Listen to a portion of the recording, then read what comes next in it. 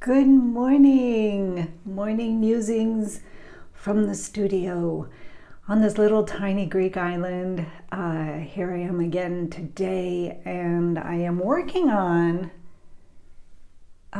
this pet portrait. You can see the photo reference that I'm using for this animal, and I was thinking about I love doing these pet portraits. I started doing them for animals that had passed, and people who wanted a portrait of their animal. And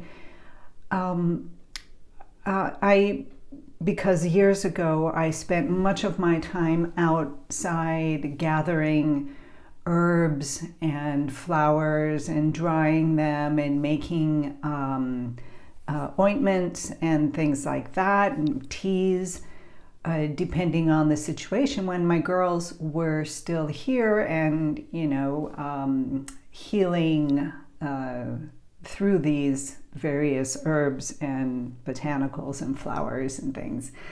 And so I learned a lot about flowers and the meanings that they have, their healing properties and things like that.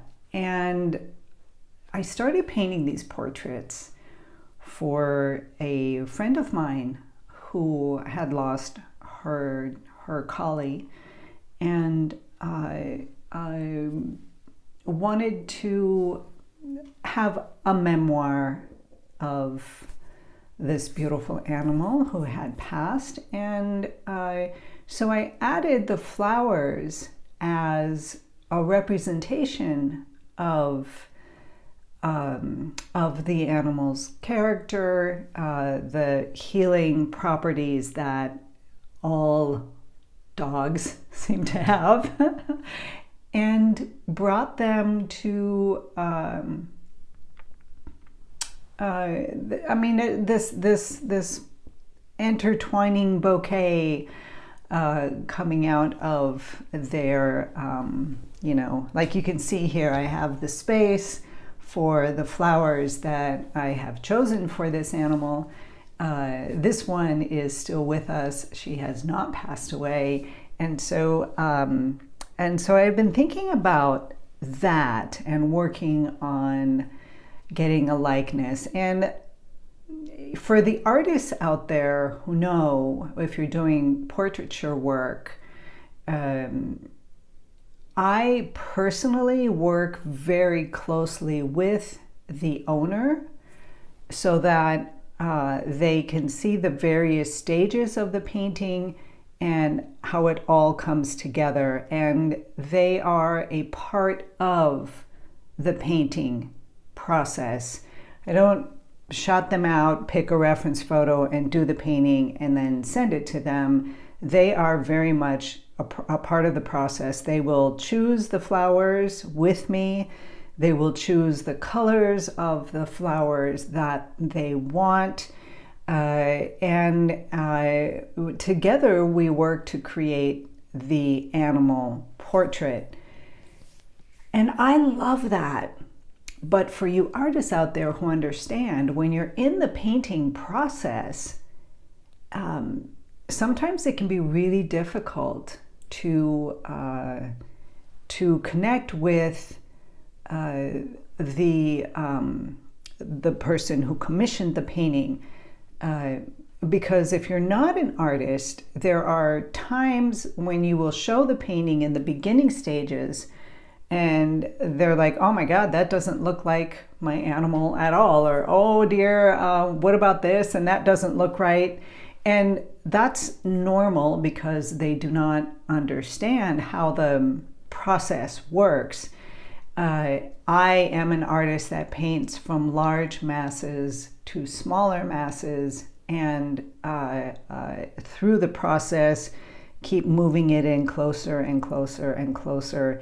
So not everything in this stage, and I'm in the second stage now of this painting, and I really, all that's left is to put in the various flowers and then the details the final details of the animal. And it is in that stage that I really get everything honed in and on target. And so I've been thinking about that. It can be sometimes difficult, especially for artistic types, to work with the person who has commissioned the painting. Sometimes people will get the reference photo and just shut it all down, and when it's finished, present it to the person who commissioned the painting, and sell it to them that way. I tend to be the type that I really want the commissioner to be very happy and 100% certain that this is a painting that they want to pay for. So I work very closely with them throughout the whole process. I don't know. I mean, what do you do? I'm always curious to hear what other people have to say. So my focus this morning is on getting her flowers set up and put in, and how I'm going to compose that to work beautifully in that upper area, and some coming into her fur as well. Generally, I will choose the most important flower, the strongest characteristic that the flower represents, and put that inside of her fur area. Very delicately, not loud and obnoxious kind of thing. I'm more of the subtle type. So that's really all that I have going for today. I will be doing, I've got my stuff out. I did a little bit of painting before I came on here, and we'll do a little bit more, and then back to the online Kajabi thing. So it's coming together. It's getting there. I think that's how I'm going to spend the rest of the day. And I was going to do that yesterday, spending more time also on the painting and the Kajabi thing, but it took me a long time to edit the video that I put up yesterday for my members on YouTube, and it will be going public tonight my time, and mornings I think for you in the States, about a plein air exhibition that I got cut short, and so it's part one.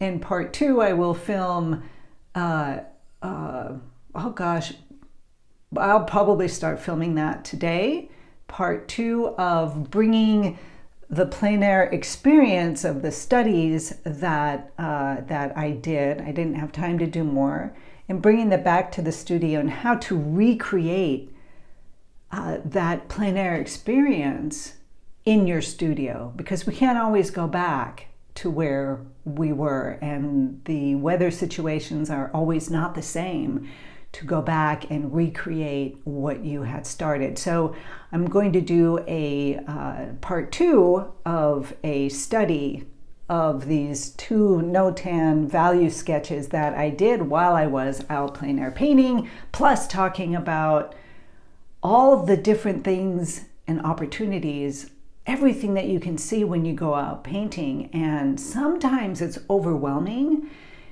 There's so much to paint, there's too much, and how do you shut it down and focus on one thing? And sometimes you go to the same place and you feel like there's absolutely nothing to paint here, when in fact it's always there. There's always something to paint, always.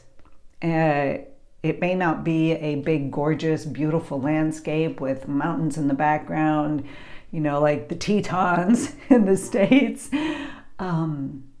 It may be just a simple flower that is blooming, a wild creature like chamomile that is blooming, and it may just be that.